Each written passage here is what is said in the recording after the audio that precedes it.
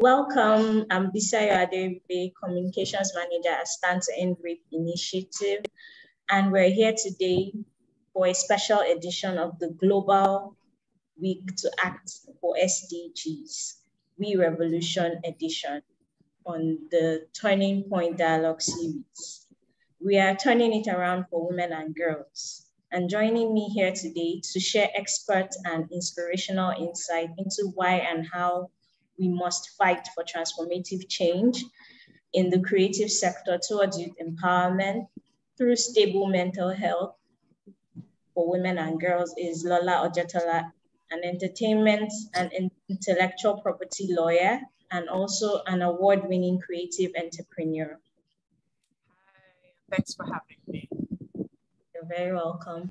And also with me here today is Angel Yinkore, a psychologist and team lead, mental health and psychosocial support services at STER to End Rape Initiative. Hello, Angel. Hi. Thank you for joining us. Thank you for having me. Thank you for joining us. So we are here to examine how workplace sexual harassment affects mental health. Angel, what is the current reality for women and girls, and why is this moment critical for significant shifts? So I think this moment is especially critical just because of the times we live in, right? I don't think sexual harassment or sexual abuse is new in the history of humans, right? It's always been there. But we're now in the 21st century with globalization, social media, the Me Too movement. So there is a definite cultural shift in the movement. And in our organization at STER to End Rape, just to really look at this shift, through a microscope, right, through a lens, we did a study in 2020 on workplace sexual harassment here in Nigeria. And the results were really revealing. So out of, I think a sample size of about 493 participants, out of this sample, 64%, that's about 259 persons, women had been sexually harassed in the workplace. And this harassment ranged from, touching, unsolicited advances, being groped, being asked out incessantly on dates or, to, places and stuff like that. And out of this amount of people, only 14% had reported through a formal channel, which just goes to show us that sexual harassment is happening, right? But it's not being reported. And that is supported by the cultural shame and stigma that surrounds sexual harassment. And also in this part of the world, the blame is always on the survivor, never on, the perpetrator, right? And it was interesting because, the top problem before was, we need to educate girls, we need to educate women, we need to put women in the workforce. And now we've survived that, right? More girls are going to school, more women are entering into the workforce, but there they meet another obstacle on their march forward, right? Which is sexual harassment. And what was also interesting about this study was it was top down, from bosses down to these women. It was from their peers, people on the same level as them. And it was from junior subordinates as well. So literally, women are experiencing sexual harassment from every angle in the workplace. They are not safe anywhere, right? So this study was really eye-opening because it goes to show that sexual harassment is still very much a conversation. And that is why this cultural shift is necessary, because it needs to end and it needs to stop from wherever, it's coming from. Thank you so much, Angel, for that insightful study. But what is your vision for how women and girls can be free from all forms of sexual harassment and sexual violence? What must happen for us to get there? It's interesting that you asked that question because I once read something about how the way we frame questions on sexual violence, it still lays it at the feet of women, right? How do women and girls get free? And it's not how do women and girls get free, it's how does society free women from sexual harassment and sexual violence, because we've been experiencing it since the beginning of time. My grandmother experienced it, my mother experienced it, I'm experiencing it. So it's not really about what we can do. We've done everything, right? But really, it's a systemic issue, right? It involves all the institutions of society, starting from family. Is consent culture being taught in our homes? Is sexual education sexual and reproductive education comprehensively being taught by families? When you go to religious institutions, churches and schools, right? Are they, talking about this? Is it being spoken about? And then when you get into the educational component, has it moved past the basic biology of what I was taught and you were taught in integrated science about, the sperm meets the egg? That is where it ends. And it's so much more than that, right? And then to the, very topmost part of society, which is our government. What are the sanctions being meted out to perpetrators of sexual violence, right? What is being done? What are the laws and policies? In Nigeria, we have the VAP Act that has still not been implemented in all states across Nigeria, right? We still very much have things like child marriage to deal with in certain parts of Nigeria, certain communities. So there is a whole underlying foundational problem before we can even get to, oh, now what do we do? The culture around sexual health and reproductive health and sexual abuse has to change. The conversations we have to change. And only then can we actually see change. And that is my vision, that, with the little we're doing day by day, we are pushing the needle in terms of those conversations. Thank you so much, Angel, for that wonderful call to action. Can you also tell us how we can engage different sectors of the society and community, for instance, the creative sector and entertainment industry, to take action? Okay, I think some of the main things we can look at, right, is awareness, for one. I think a lot of people do not know what constitutes as sexual harassment. I feel like somehow it's been trivialized in the workplace. If you do say something, people may feel like, oh, you're just overreacting, he just likes you, when really that is not the case. If you spoke to anybody else that understood harassment, they would say you are being sexually harassed. And then, of course, as well, I feel like support. I feel like a lot of women, especially in the workplace, they feel like if they were to report certain individuals, that they wouldn't get the support or the backing from others, perhaps because of the hierarchy of who the person is in the organization, or just merely because a lot of people find it difficult to believe, people that are being abused. And then another thing I would point upon is procedure.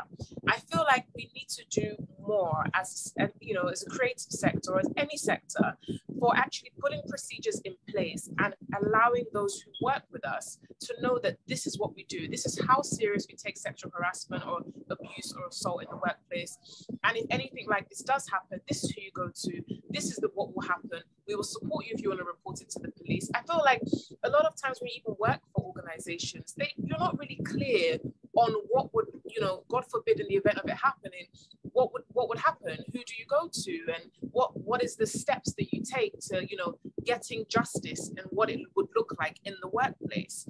So I feel like at least if we focused on a few of these things, we would see a dramatic, shift in the work culture and what we see as acceptable and what isn't clearly acceptable in the workplace. Justice looks different to different people. Like, we all have different expectations of how we would like things to pan out. What I would like to emphasize is that a lot of this sexual abuse, gender-based violence, sexual assault, rape, it's criminal. Meaning it's not even just a crime against you. And of course, it's an unfortunate crime, whoever experiences such, but it's a crime against the state. It's a very serious matter. And I feel like a lot of times we aren't encouraged to report it. We feel like nothing's going to happen. The police won't take it seriously. We've heard instances where women go to the police station to perhaps report, and then they pretty much send them back. They don't create an environment where women feel comfortable, feel supported to come forward. But what I would like to say and urge is that I know, of course, anyone that experiences such is extremely difficult. And one of the last things rather on your mind would be how to report it. You're probably just trying to get through the next day. But things like ensuring that a medical examination and a sample is taken, up to 72 hours is very important, because all these things help as evidence to put a case forward that such and such has happened. Now, of course, proving sexual assault can be very difficult because it's hard to prove whether something has been consensual or whether it hasn't. But the quicker you report it, the more evidence you have, it definitely can help your case. And it is a difficult fight we're fighting, because even across the world, not just Nigeria, the amount of convicted, the amount of convictions from rape cases, it's still very low. So it's not just a Nigerian issue. It's a world, it's a global issue, right? Of believing women and, actually, understanding evidence and the mind of the survivor and why things are not reported on time. But I would say that even in Nigeria, we have more of a tougher time because of the lack of trust that we have perhaps in the authorities, in the police. But we have to keep pushing. We have to keep reporting. We have to keep putting pressure on these institutions so that they understand that, yes, okay, fair enough. We're allowed to work now. We're allowed to do all these things. But we should still be safe in these environments. And just because I'm at work doesn't mean I should be open to any kind of treatment just because I have a job. So I feel like it's difficult. It's very difficult. But we have to keep pushing. We have to keep reporting. We have to keep, going to the courts. There are criminal remedies. There are civil remedies. We have to keep pushing so that we understand as a culture that these things are not acceptable and they have no space in the workplace, at home, or anywhere. Thank you so much, Lola, for highlighting the criminal sexual harassment as a criminal act, and also the involvement in institutions in their parts to play in making sure we get the world free from sexual harassment and sexual violence. So we just want to understand right now what inspired you, maybe a person, a project, a movie, a book, or anything that inspired you to take action that you'd like to share with our community. Like, of course, I'm a woman and I love being a woman. And there are so many great women that came before me. And I know that I'm in the position I am in now because of the fight of so many women before me. So I feel it's almost like me giving or doing my own little part to support, to empower women who are going to come after me or who are even, here on this earth at this time with me. It's kind of the little that I can do to my, to my people. Like, I am a woman, and I feel like as women we still have a long way to go. We still have a big fight, and the more we blend our voices, the more that we get together, and the more we say this is what we stand for, and we're not budging, we're not moving from our demands, the quicker we will get there. So I feel like I'm in a privileged position because of some of the women that have, and of course men who have been, our alliances as well.